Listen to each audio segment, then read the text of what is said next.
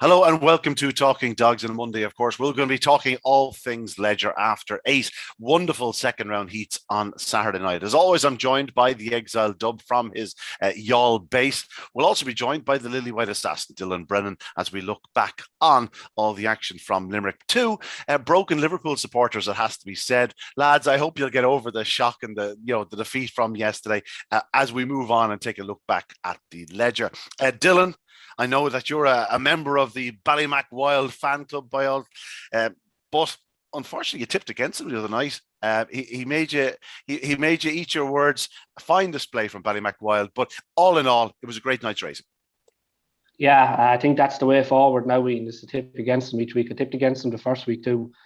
So no matter how much I fancy him, I'm going to have to put something else up now going forward. But no, yeah, it was a great night's racing. Good performances, couple of shocks, big names went out, but at the same time, I think a few youngsters stepped up to the mark and really made a splash. And few on hard luck stories. I thought few unlucky to go out, but that's Greyhound racing. And all in all, it was a great night racing. You crossed provincial lines, I believe. You were actually at the track on Saturday night. Yeah, I went up. I got lucky enough. She's actually from Ennis, so I went down and stayed down there. So I didn't have too much to travel afterwards. So I went up and hopefully go up for the semi-final and final now as well. So Tommy Lyons, great night's racing. We lost a few big names, but by all accounts, if you look at the heat winners in each of the 8 heats, there were some very impressive names, some very impressive displays, and as Dylan alluded to, one or two of the youngsters, dogs that we've shown our liking for in the past are really stepping up to the plate. Yeah, I was going to say pretty much something that you just said in talking to me there.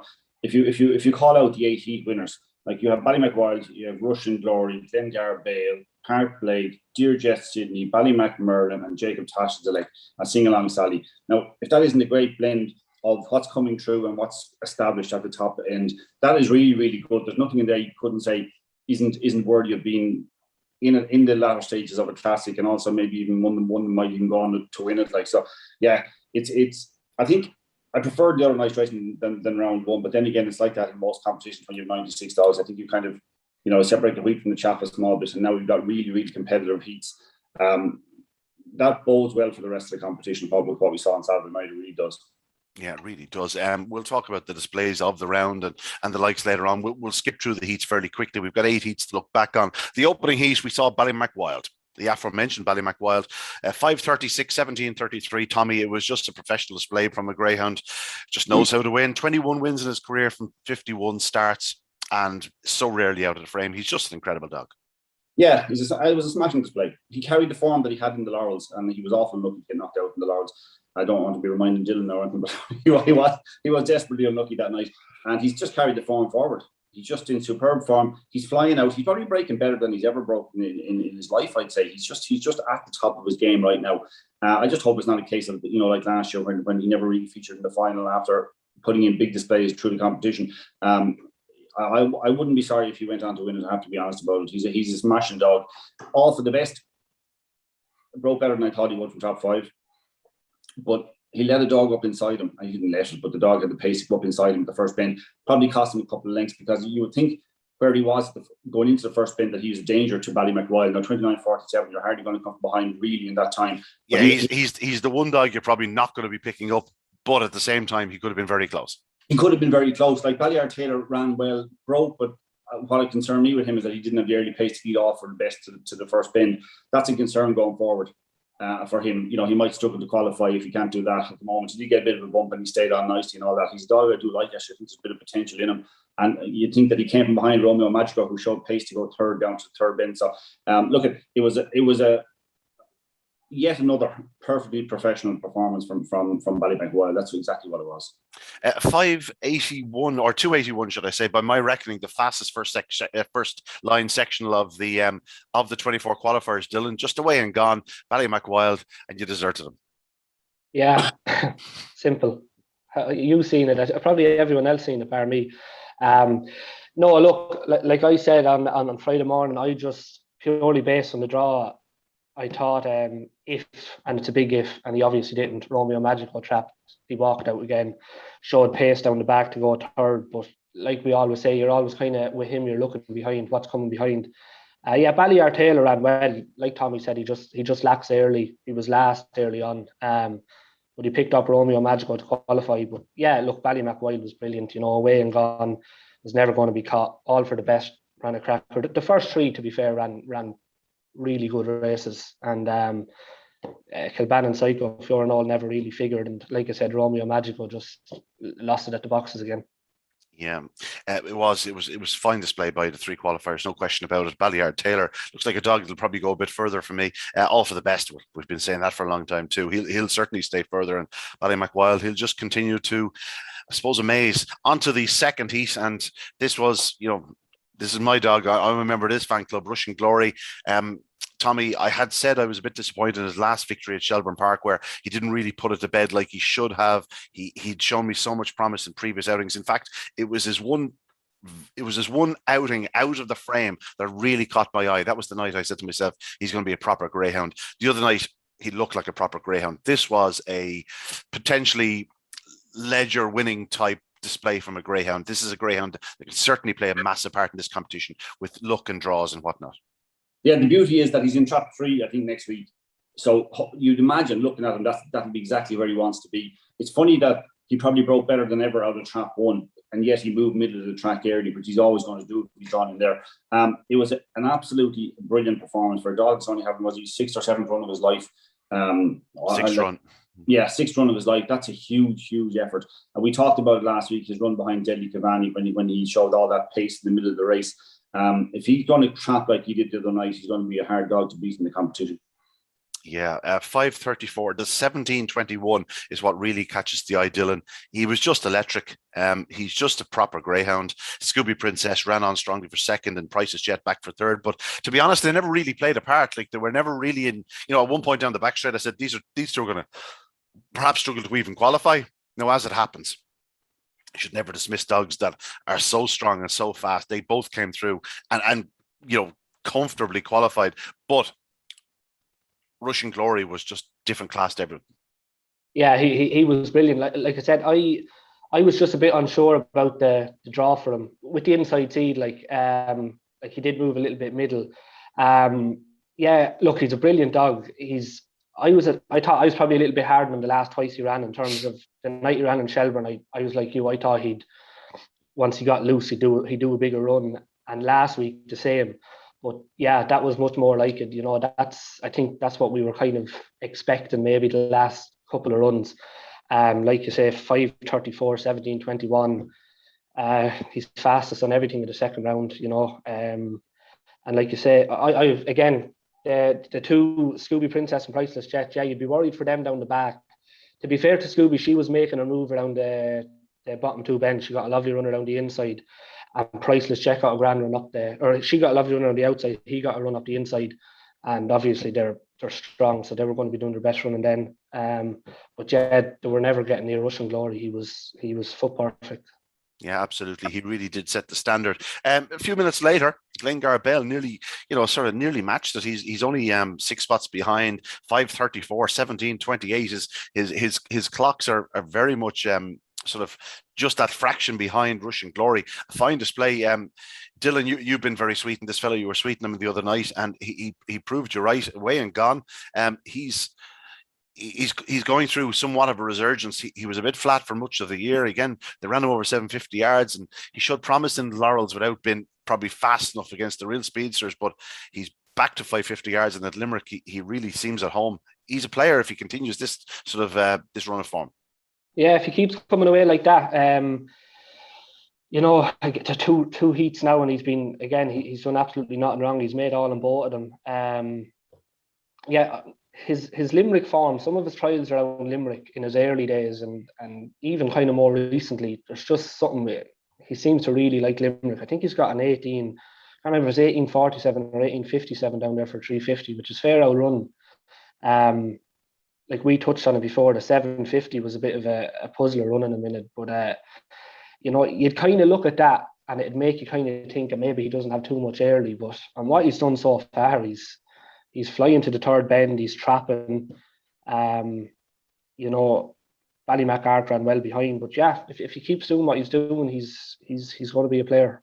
Tommy, he's a dog we've seen doing this in the early rounds of competitions before, and probably not just quite, finishing the effort and getting through the latter rounds. He is a bit older. He's a bit more mature. Could we be seeing the second coming of Glengar Bale? Very impressive the other night. Impressive the other night. I half doubted because in last week when we were talking about it, I fancied Ballymacarthur might actually be sharp enough to get up inside him. She wasn't. I think she can improve. Actually, she's a decent draw next week.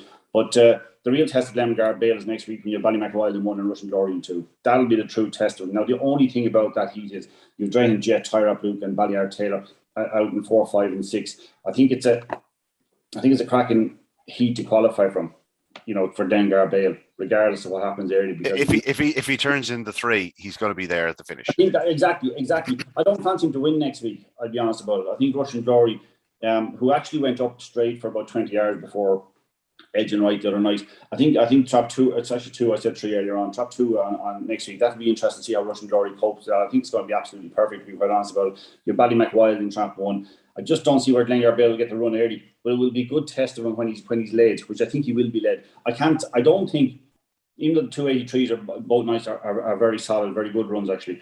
I don't think he'll be sharp enough to clear the 2 of them. That'll be a good test of him. If he can come through that, he can be a player in the outright. Yeah, no question. The other night, he popped out, led all. Ballymacarthur was second all.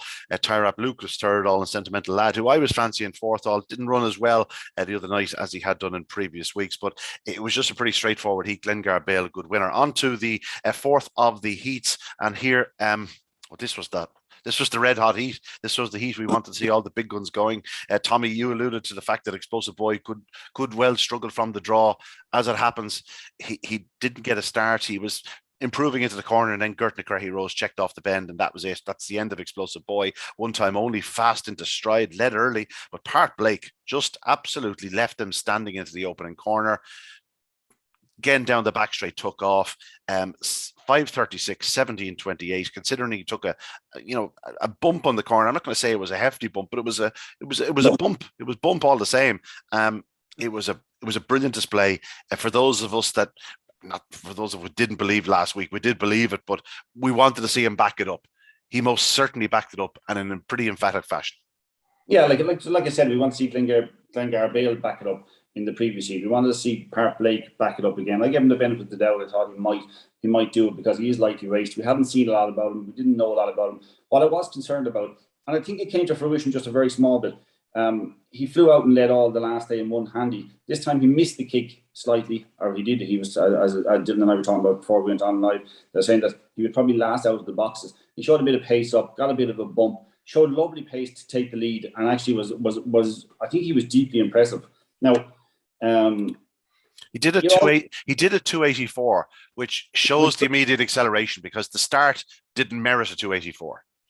No, it didn't, and that would make you think that he's a serious talent, like a classic winning talent. That's the type of thing that he could be. You would be concerned if you got six early pacers in the final that he mightn't just clear them into the bend, and he'd probably be dependent upon getting a good draw. But the only thing is, I think he can improve again. I think he can sharpen up again. He's obviously had very, very, very little racing. Like, he's a serious dog. I actually thought the third dog, Gumbo Showman, ran some race as well. Yeah, he showed great pace to challenge and head one time only down into the third bend. Then he was carried off wide at the last bend by one time only, and actually had to come again to pick up Gert McCreary Rose on the line. A fine display by Gumbo Showman. Really, he's beaten 6.5 lengths, but that doesn't tell half the tale. It was a superb run. Yeah. Look, he's an unlikely winner of a classic or of a ledger or a classic, but I like the performance. Like, I really did. I think he can qualify further. I just wouldn't be surprised if he's the type of one that sneaks into the final a bit under the radar. He had that type of pace and ability. The only thing is, thankfully, it's a red hot ledger. It's very hot. It really is. And we talked about the 8 heat winners from the other night, and there are other dogs in there that qualified as well, which make it even hotter again. So, like, it's a terrific ledger, and that's the way we want it to be. It's very difficult to pick the winner right now. If I had to, I'd probably be going between the 2 Graham Holland dogs. I'd be picking one of those, Russian Glory or Park Blake, because I think they're like we talked about last week with Joe. They're the fresh dogs. They're the likely race dogs. They're the ones that are likely to improve towards the end of the season. So, look, it's just, thankfully, it's a really, really good ledger. Yeah, Dylan, you're a Park Lake believer at this stage. Yeah, kind of like everyone, you just wanted to see him back it up on Saturday night. Like you said, I don't think anyone believed he wouldn't, but it's just it was a big step forward the first round, and you just wanted to see it again. And yeah, look, you can talk splits and everything, and they're there to tell the tale. But visually, 2 weeks in a row now, he's really caught the eye. Like I said, Tommy alluded to it there. He was actually last to trap. You mentioned the 284. One time only did, I think, if I'm not mistaken, I think one time only was 284 as well, and he actually trapped well. So that kind of just tells you, Park Lake still got to the bend, probably a half a length up, took a bit of a nudge, and once he straightened up down the back, he was gone again. He's just after taking a massive leap forward, and he looks a serious greyhound. He's after showing sprinting early speed, lads, the last 2 nights. Like, we have to remember, it was Explosive Boy he left, in his wake last week. He did it again this week, but he also came around the Laurels winner, who led up in the Laurels final. Okay, granted, there wasn't an awful lot of early speed outside of them, but he absolutely took off again down the back straight. It's just, as you say, Dylan, the word is visually, he was, again, just stunning. Yeah. Behind him, Bling Bling Paul. He's making the best of his luck. He knows his way around Limerick, and he's making the most of it. And he was left second at the fourth bend, is the way I would have said it. He was fourth into that point. Obviously with the other two getting carried wide, or one time only carrying Gumbo Chuman wide. Bling Bling Paul is left second, and he qualifies. He's still there. He's a strong running greyhound. I don't think he'd be winning a Ledger. I could eat those words, but certainly he's a dog that's still there. And listen, there's claims you could qualify again. Yeah, I think the last 2 weeks with him, Ian, had he been in on any other box bar one, who knows? But he rails well. Last week it opened up from on the inside too. I think there was trouble. He got a clear run up the inside. Same again on Saturday night. So he certainly has a bit of luck on the side, but you need that. There's no doubt about that. I think he's drawn 3 the next week, so it'll be a bit tougher for him. But yeah, look, he's looking aside. He's still in the hat, and like you say, Gumbo Showman. Going into this race, we spoke about Friday morning. I struggled to come down, and I think I slight preference for Park Lake just based on what he did the week before. But yeah, Gumbo Showman, I just couldn't see him being out of frame the other night. Just his makeup alone. But he's running well. He's actually going up to the bend well too. We didn't see that. He ran well in the Derby, but he was doing it from behind. He's going up well now, and like Tommy says, he's one that's kind of going in under the radar there. He's in great form. He's an 1865 there in Limerick too. So yeah, he's running really well and ran well. He was unlucky not to be second the other night, to be fair. Yeah, he seems to have some fine Limerick form on his card. He's obviously perfectly happy in his surroundings. Dylan, Dearjet Sydney, second leg of the Pat Buckley treble that you recommended. Dearjet Sydney, it was the Dearjet Sydney of old. Broke okay, over to the fence. Greyhound Jet missed the kick. Did Gavani missed the kick. Minon Flyer missed the kick. Sheriff disputed into the opening bend with Dearjet Sydney, but once Dearjet Sydney's on your inside at the opening corner, it's only going to go one way. He hit the front, drove clear, emerges a very comfortable winner in fine style. It was just great to see the old lad continuing to perform at such a high level. A fine display, and one of those dogs a bit like Ballymacwild, very hard to keep out of the frame, and very, very much a competition greyhound. 29.60. Let's move on. Thanks very much. Yeah, pretty straightforward. He's some rainer, I tell you that. It's only when you're there, really, like you'll always see it on the video, but I couldn't believe, like, we always, him and Sing Along Sally are similar once they get on the fence. He moved off it a bit down the back when he's coming around the bends, but after the last bend, I don't know how he didn't go through the gap at the 550 box. Like, he literally took the paint off the rail, and he's got one next week too. So you'd like to think, all going to plan, he'll be in the semi-final. But like you say, he's an English Derby winner. He's a class act. He stepped forward a bit on the previous week. He'll have to step forward again on the times. But look, he's there. He's got his draw next week, and he's a top class greyhound.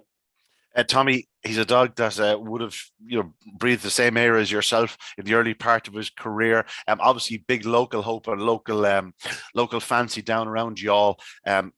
He's done them proud. He's already an English Derby winner, and by all accounts, he could easily be a Ledger winner in a couple of weeks' time. Yeah, look, he's almost 3.5, but he's running really well. He did what he always does. Got out and got across to the rails and just he basically rubbed the rails the whole way around. That's what he does. I was glad to see him run as well as he did, and I think he'd probably qualify. I think he looks a moral from his draw next week to probably win the heat. He's certainly qualifying. It would be amazed if he didn't.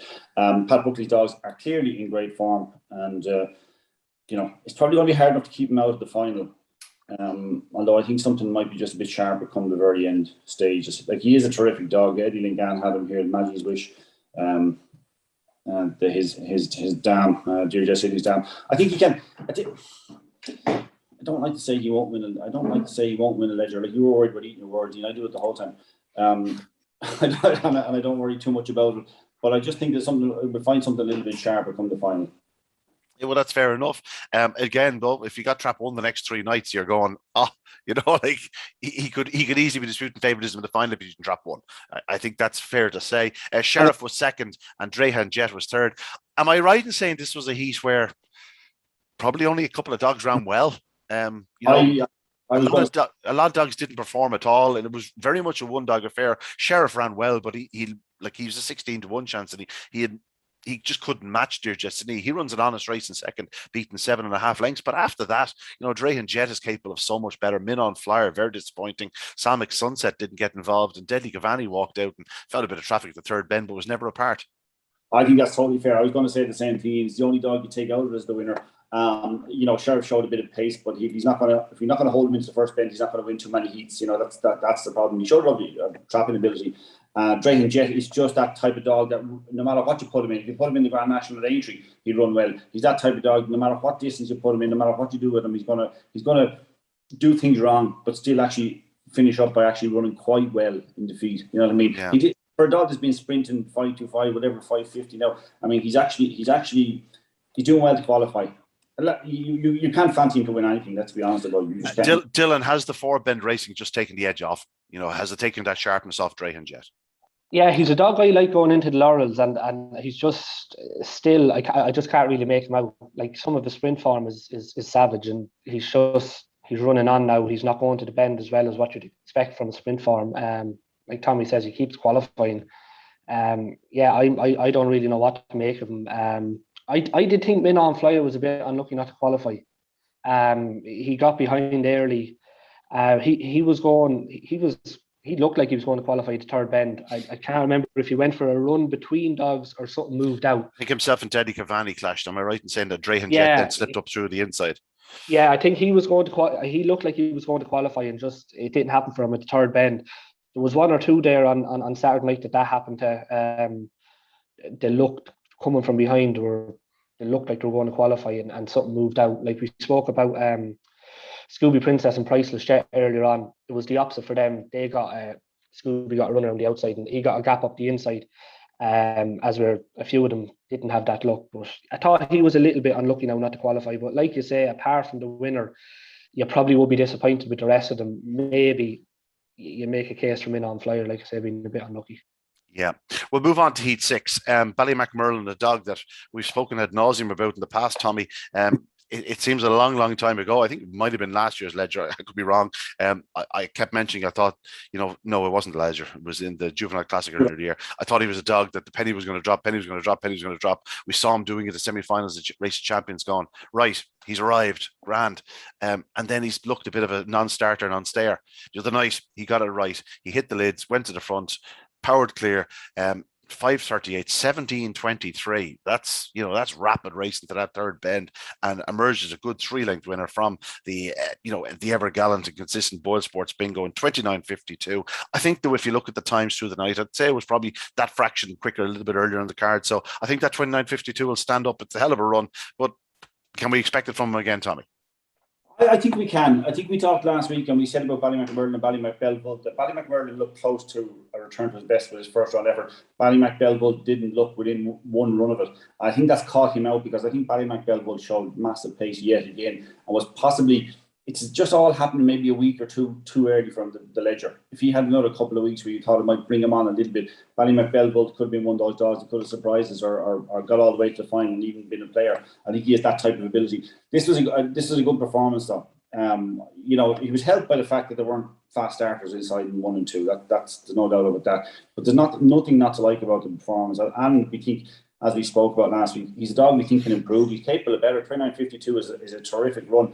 And yet we're looking at him going, you know what, maybe he'd take 10, 15 spots off that. Yeah. We mentioned about Scotty Yank was, I feared that when it got to the business end, he wouldn't have the early speed against the real speedsters. As it was the other night, it wasn't really early speed that cost him. It was just a slow start. Found himself in fourth into the opening corner. He's shown pace. He's going to qualify into the third bend and gets done at the third bend. Unlucky, Scotty Yank, no question, a fast greyhound, Dylan, but just he is dependent on his fast start, and he is such a natural trapper normally. When he didn't get it, he finds himself in traffic. Yeah, he only did a 2.97. So, like you say, he was one of the other dogs I was talking about there. Looked like he was going to qualify going to the third bend. So massive pace down the back. Looked, you're thinking he's maybe even going to be second, and I think he goes for a run between dogs and just doesn't get it. And that was the end of his ledger. But yeah, he lost it out of the box. And look, if he had it, he might have even, he probably would have, whether he would have let Ballymacmerlin up with a fast start, I'm not sure, but he certainly would have turned second. Bilesports Bingo flashed out, didn't have the early. Lower on, with Scotty Yank and done at the third bend, probably he was the one that took advantage of it and got up for third. But yeah, look, Ballymacmerlin, it's just, him and Ballymacbelville, two comrades, and they're similar in that they just don't seem to win as much as, the talent that they have. But he was foot perfect the other night, and it's only a second run back from a break as well. So there's every chance that there's more to come. It was a really, really good performance. We know what Bilesports Bingo's about. He's generally a good trapper. He stays on stoutly. He's just one of those dogs, always hard to keep out of frame. He's still there. And Lower Ron back in third spot. Didn't show great early speed the other night. Missed the kick. Never really involved. Ran on. Grabbed third in the latter stages. It was a far cry from his opening round effort, but we know he's capable of much better, Tommy. Yeah, we do. He's an extremely fast dog. Scotty Yank was kind of you had kind of alluded to it last week. Had concerns about it, but you just look at his last three sections: 294, 284, 297, and you see the night we went out to the Kirby as well. Went from 124 to 147. Just that sort of thing. A little bit of inconsistency there. When you just can't afford it at the top level. You just can't afford it. Like it's just, and it is that competitive. I've talked about it a number of times already today. It is that competitive, this competition. You're just not going to get away with much. I think Ballymacmerlin can be a player in the outright market. Yeah, just the dog that finished last in that rate, Fion's Emirates. I thought he ran a fine race for much of the way. He got badly balked at the third bend. He was struggling to qualify at that point. They were all sort of converging, but just thought he ran well for a long way. Moving on to Heat 7. This was Jacob Tashalek. It was an interesting heat, shall we say. Jacob Tashalek and Gord Kelly-Nestor both went up fast. Gord Kelly-Nestor just seemed to be getting the better of the argument at the second bend. As he's going to strike the front, Jacob Tashalek and himself clash. Jacob is left in front and he goes on to score. We saw the pace he showed down the back straight last week. Once he went to the front, he was never going to be picked up. Barjo Lad moved second, but Gord Kelly-Nestor again took a third spot or second spot around the bottom two bends and it was a good second. Fast Fit Paddy, I thought, ran a fine race back in third. Good displays by first, second, and third here, Tommy. Yeah, I thought Gord Kelly-Nestor was desperately unlucky here, but I think the wide draw is going to kill him every time in this competition because he is cutting in quite severely. Only in the last 10, 15 yards before the bend, he's literally trying to run a bend as you'd expect any dog would do. He's not. Some dogs course it wide from the outside when they're outside. He doesn't. He tries to cut a bit of it. And I think that's what got him beaten the other night. Whatever way Limerick is on the eye to him, it seems more pronounced in Limerick than it did in Shelburne. Yeah, it does. Yeah, because he's a seriously fast dog. I say we laughed a number of times after me talking about him getting knocked out of the Cork Cup, and I couldn't equate that. Are we still talking about that? Oh, no. Long memory when I lose money. We can't. The dog that did that compared to the dog that ran the Derby and is running now in the Ledger they're a million miles apart. He's a seriously fast dog. This to my mind, this was almost as good as any effort he's ever put in. He was really, really unlucky. Jacob Tashalek is a serious dog as well. As I said last week, I don't think he's going to win a Ledger. And this is one where I might be eating my words in. But I don't think Jacob Tashalek is going to win a Ledger. But I think Gord Kelly-Nestor would have won it had he got around even half a length or three parts of a length and just been able to hold his position at the first bend. I think he might have won that heat the other night. They're two good dogs. But I do worry for Kelly Nestor. I don't think he can win Leisure from the draw. Not that he hasn't the ability, he does, but I don't think he can win it from the draw. Yeah, when he's cutting in, from in future rounds, there's going to be more than just Jacob Tashlik on his inside. Fast Fit Paddy ran a big race in third, Tommy, as well. He's a real all-rounder, just a dog with real strong, just a real strong gallop and stays on well. It's a really good effort because look at the two dogs that are in front of him. They both start, they both stay. Do you know what I mean? And then you're running them to a length and a half to behind Gert Kelly Nestor. That's a serious effort in defeat. Like, he is 29.99. I think, is it on the clock? Is it? Yeah. Yep. Yeah, like that's a good effort, and he's probably capable of a bit better too. But again, like, he needs to find something to compete at the bitter end of the competition. Dylan, Jacob Tashlik, we're probably expecting a little bit better from him, but at the same time, it was just a fine gutsy display. He's running hard, probably not quite the same level of exceptional early speed we expect from him. Yeah, there's no doubt he's capable of much better. I'd say we probably haven't seen the best of him. Like, we haven't seen the best of him yet in the 2 rounds. Obviously, had excuses last week. Gor Kelly Nestor was a bit unlucky, to be fair, but look, he's still there. But he is going to have to brush up. I know he led Saturday night, but he was still 290, 305 last week. He is going to have to improve on that, especially now in quarterfinals, and it's just obviously each week is getting tougher and tougher. But look, I suppose he's still there. He's capable of better. But like I said, he is going to have to start. He's going to have to start showing his best now. Like I said, Gor Kelly Nestor was a bit unlucky. Ran really, really well. Fast Fit Paddy ran a cracker. He only did a 3:02 split. He's running well too. But yeah, look, it was probably the one heat of the night that you probably would have really called them 3 qualifiers. That's probably the way you would have called it in whatever order. But look, he's still there, but there's no doubt he's going to have to step forward now. He's going to have to be sharper away too. Yeah, I just get distracted here. I'm just looking at the head nearly to the next heat. Jacob Tashlik, Gort Kelly Nestor, and Fast Fit Paddy, as you say, probably 3 you'd have picked out to qualify. Although I was keeping an eye on Global Prima, and even Ballyeen and Raleigh just never really happened for either of them. I think they got in each other's way at one point, and Barjo Lad was in a qualifying position but just failed to hold on. Onto the final heat, Sing Along Sally. It wasn't one of her flying starts, Tommy, but she ran close to the corner. Minor Droopy went up strongly from trap 4 and led to about halfway. Sing Along Sally took it up and went on to score. It really was only a 3-dog affair because the 3 strong runners, Hazel Hill, Hazard, Stories, Pee-wee and Beach Avenue, they just took each other out on the opening corner. So it was very much a straightforward event for the 3 qualifiers. Sing Along Sally, in the end, too strong. You'd expect that from a juvenile classic, and obviously a Derby runner-up. Juvenile Classic winner, Derby runner-up, Sing Along Sally came home 29.83. Very satisfactory effort. We know she's capable of better. She went over 3 lengths faster in the opening round.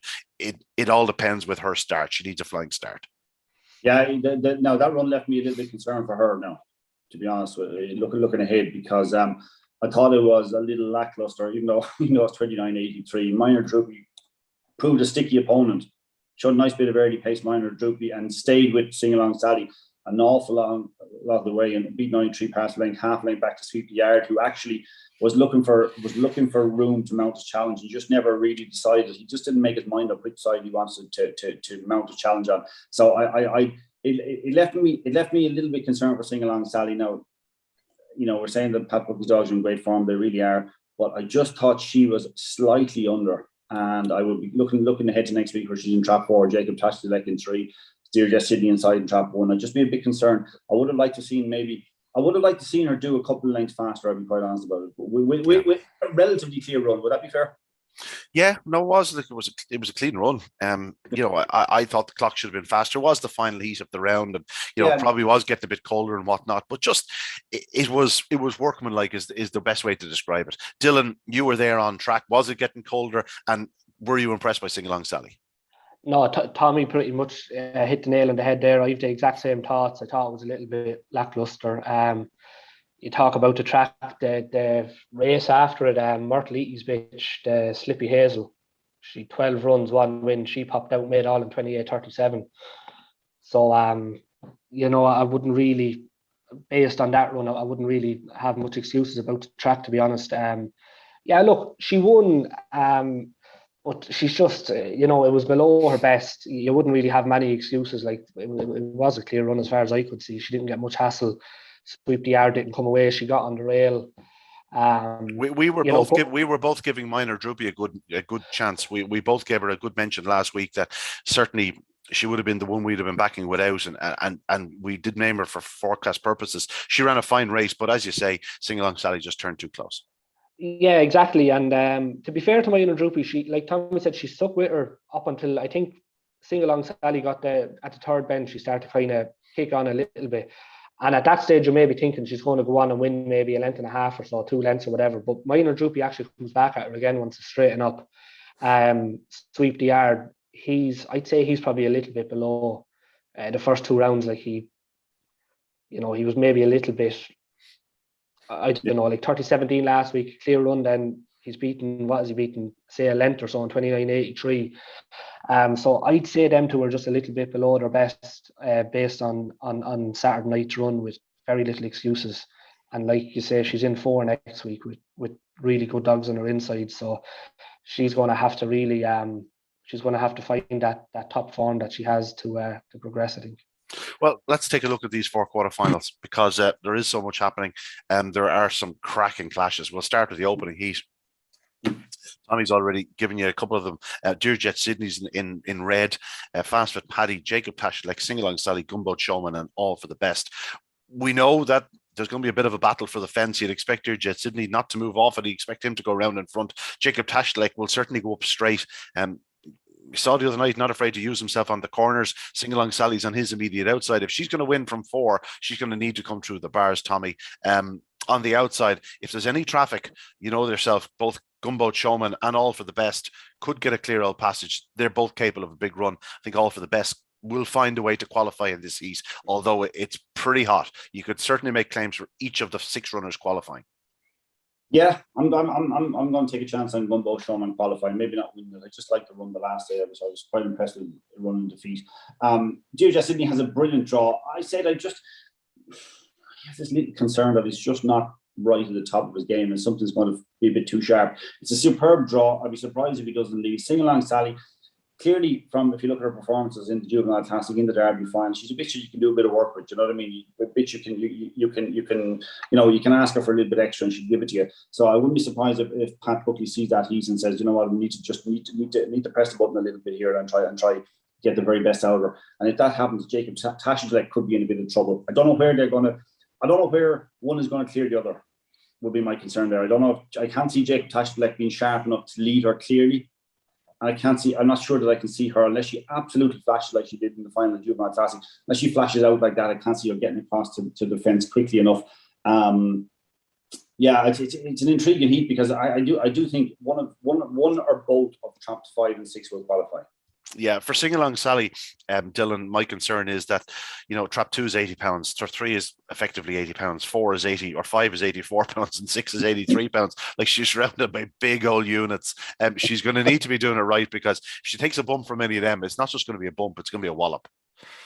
Yeah, I the only way I can see her qualifying, like you say, is if she just flashes out because, even if she doesn't come out and get, say she slips up the inside and turns third or whatever, you've got the light. I'm with you. I think All for the Best is he's going to be flashing home.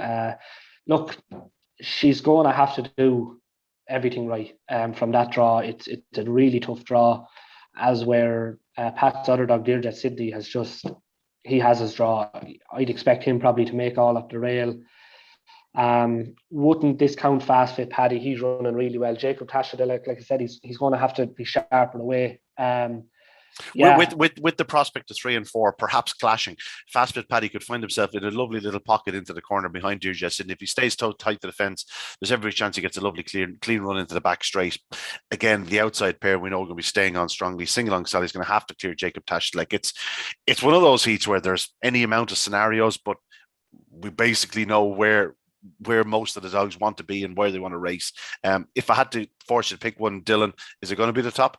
Yeah, it'd have to be Dearjet Sydney, yeah. Tommy? Yeah, I wouldn't be. I don't think I want to back it. I might, it depends on the prices. I might have something small in Gumbo Showman. Okay. On to the second. Sorry, I'll go with Deirdre Sydney again. I just think he's the one dog that seems guaranteed a clear passage. And I think that could be the difference. Moving on to the second heat, Scooby Princesses in 1, Boyle Sports Bingos in 2, Park Blake in 3, Lower Run in 4, 5 Ballymacmurlin, 6 Gort Kelly Nester. I'm going to call it, I think Park Blake leads comfortably early into the corner, goes on to score. Scooby Princess is certainly going to edge right. She moves to the middle from trap 1. We saw that in Limerick in the past, over 5-2-5 yards out of trap 1. She went straight to 4. Boyle Sports Bingo, if he does anything, he'll edge inwards. Lower Run didn't quite get the start he needed last week. He's going to need to flash out. Ballymacmurlin is going to need to, like, even he did a 286 last week. Park Blake, we're saying, missed the kick. He's 2 spots faster than Ballymacmurlin into the opening line, and Gort Kelly Nester on the outside. I think he's a great draw. I think Park Blake makes all. Tommy? Yeah, penalty kick, I think. I think he's a penalty kick. I think he's capable of missing the kick slightly and still winning. He's capable of flashing out and doing a huge run. I don't think there's a downside to him. The only thing is, of course, Boyle Sports Bingo would probably break well and just not have the early pace. That could be an issue for Scooby Princess. And I think Ballymacmurlin, and I do fancy Gort Kelly Nester to find a way through to the next round. Dylan? Yeah, Park Blake, I think he's a good thing himself. I suppose the only negative now is the three of us seem to be fairly sweet on him. I just think he makes it all. I'm not sure what will happen in behind. Scooby Princess probably will go right. Boyle Sports Bingo, he doesn't have the early, but he could be a bit of trouble for her. He seems to trap quite well. I expect Gort Kelly Nester, probably he's got a good draw. He'll probably qualify out wide. But yeah, I think Park Blake I think he makes all. I can't see anything leading him, and if he leads, he wins. Yeah, I think he makes all. I think Gort Kelly Nester and Scooby Princess will follow him through, because I think Gort Kelly Nester will turn clear second, and I think Scooby Princess will pick up the pieces. Moving on to the third heat, Sweep the Yard is in 1, Sheriff is in 2, Bling Bling Paul's in 3, Minor Droopy in 4, 5 Ballymacart and 6 Priceless Jet. I don't think anyone would mind me saying it's without question the weakest of the four heats. If you're in it, you're glad you're in it. Genuinely, I haven't a clue what way this heat is going to go. If I had to side for something, I might just go for Minor Droopy. But again, I think this is a pretty wide open heat. Dylan, firstly, your view, because I'm clutching. Yeah, I haven't got a Scooby-Doo myself now, to be honest. Look, the first night Ballymacart ran, I thought she was an absolute certainty to lead up. I suppose looking at it now, maybe underestimated Gunboat Showman a bit. But she has a tricky enough draw in 5. Look, I don't know. I actually think Sheriff, if he does what he's done the last 2 weeks, he could find himself in front of the bend. He's been flashing out. Now, he's probably not good enough on the clock, but it's that type of race. You get out in front there, you never know. I think Priceless Jet will qualify, but he's been disappointing enough the last 2 weeks. Honestly, I haven't got a clue. I would, if you were forcing me into having a 5 on something, I maybe just Sheriff, just thinking he might flash out and get the bend in front. Might be a bit of trouble behind, but honestly, I wouldn't be having a bet in it, and I wouldn't have a very strong opinion on it now, to be honest. I struggle with it. Tommy, old friends are best and all that. Sweep the Yard is well housed and red, and Priceless Jet is out in 6. We know how strong he is, especially around Limerick, and maybe the ease and grade might just suit him. But you mentioned Ballymacart earlier on. I don't think 5 is going to be a concern for him. She moved to the middle of the corner the last 2 nights. Could be actually an ideal draw. The only thing that would be a slight concern is that Minor Droopy goes up as straight as a gun barrel in trap 4. And that is a concern, because she'd want to get across a little bit. The trap itself is fine. I do think she's even though her section was slightly slower last week, Saturday night, than it was in the previous round, I think she's capable of better than that. I don't think she's flashing out like we saw her doing Shelburne Park. She has some terrific sectionals there. Who Ballymacart this is? Ballymacart, yeah. So I don't think she's quite as sharp as she was in that.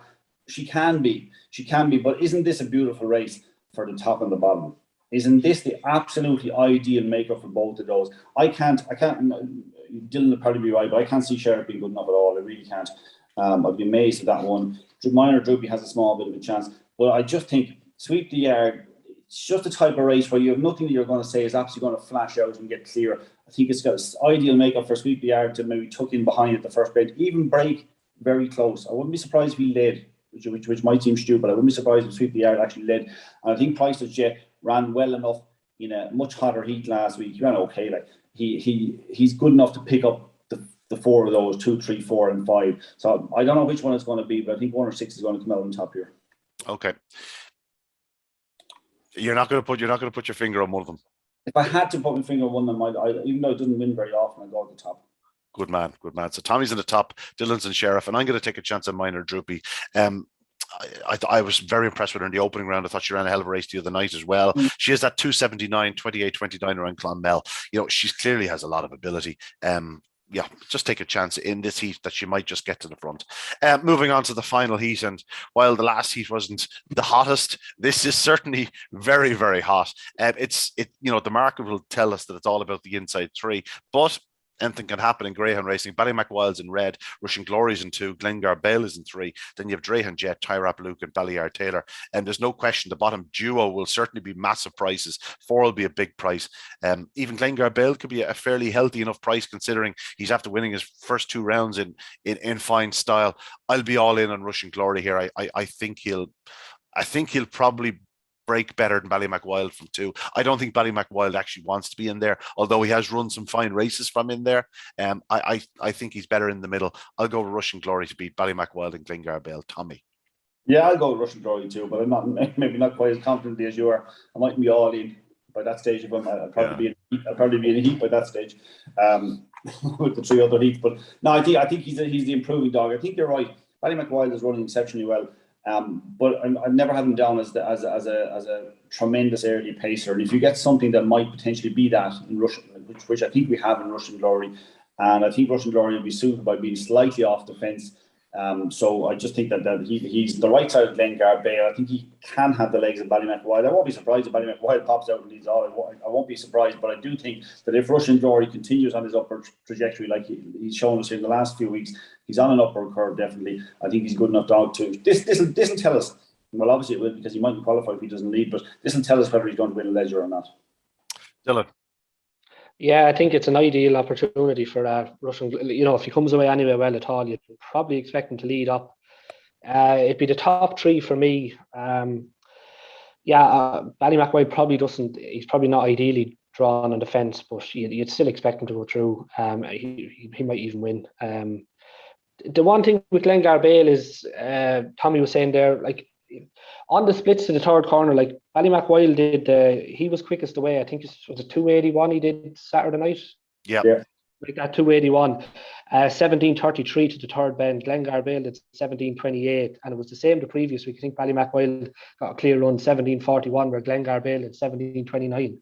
So Glengar Bale's he's got a bit there on him to the 3rd bend. I think if Glengar Bale traps, I think he probably, the way he's been running the last 2 weeks, I think he probably clears Ballymacwild going into the first bend.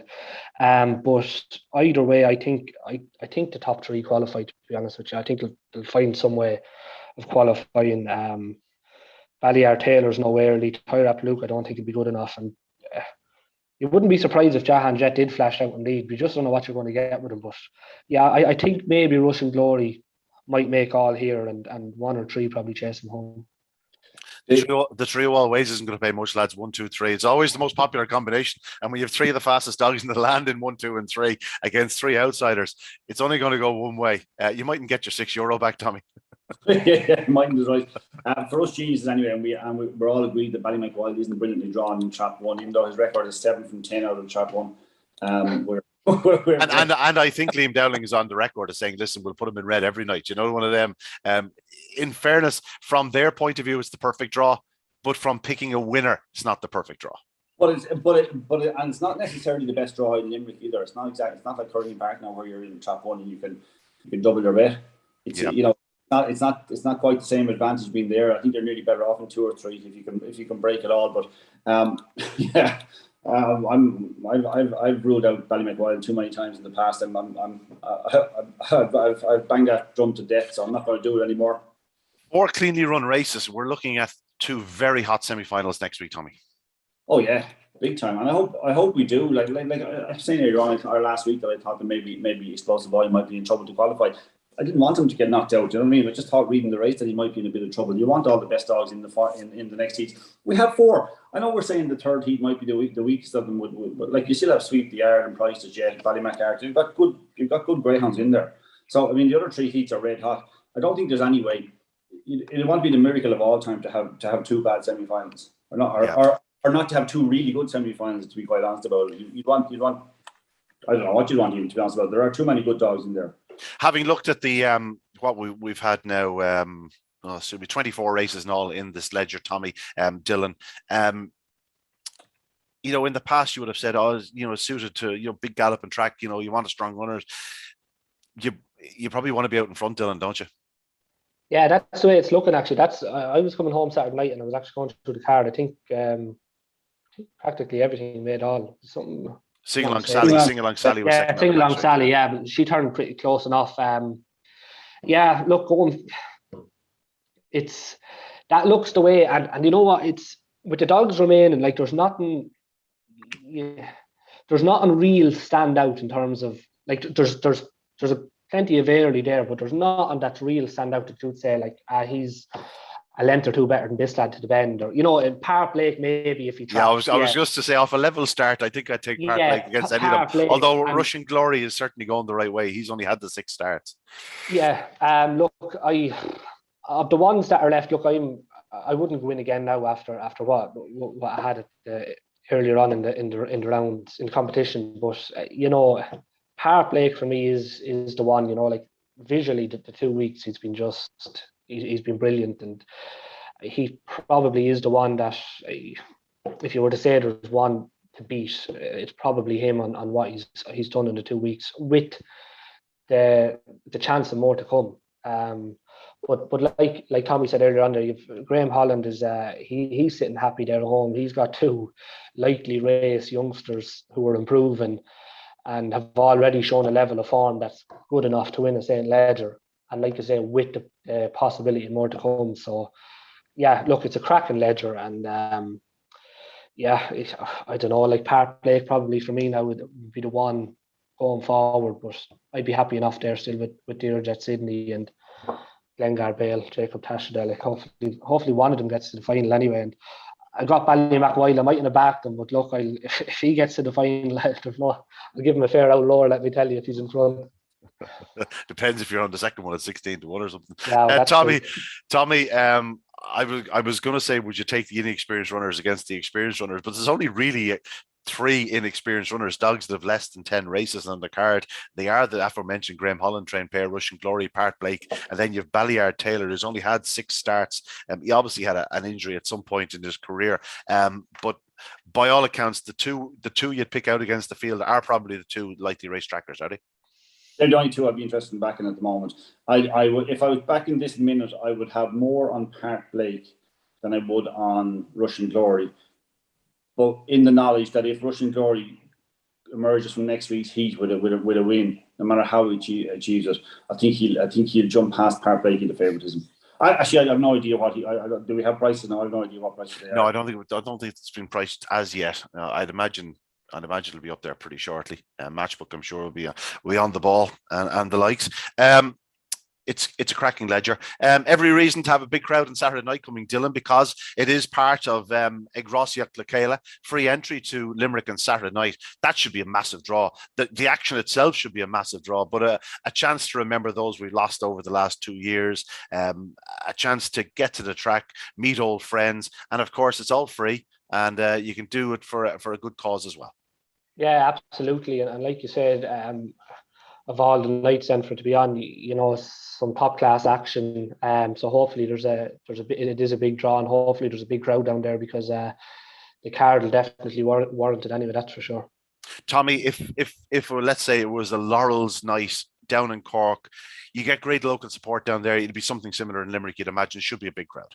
Oh, big time. If that a card like that, if those heats don't attract them, I don't think anything else will. Like it is really good racing. I'll be glued to it anyway. Yeah, that's it. Well, listen, lads, there's little more to say except for what's going to win the ledger, should I say? Dylan? Head or heart? Head, Park Blake. Heart, one of the 3 I have backed, and Ballymac Wild. Tommy. No, I think Park Lake. Going with the head, I think Park Lake is the one to beat. Tommy. Graham Holland. Do you know what? I think I'll echo those thoughts. That's sitting on the fence, but yet being very decisive. Okay. Gentlemen, a pleasure as always. We'll see you very shortly. That's it for Talking Dogs on this Monday. The Matchbook Betting Exchange Irish St. Ledger continues at the wonderful Limerick Stadium on Saturday night. It is part of Igrossia Lacala. Don't forget, it's not just Limerick that'll have free admission. There'll be numerous tracks on Friday, numerous tracks on Saturday. Get there, be part of the action. Let's get together for Igrossia Lacala. Check out all the details on grireland.ie. But that's it for us on this Monday. We'll see you next time.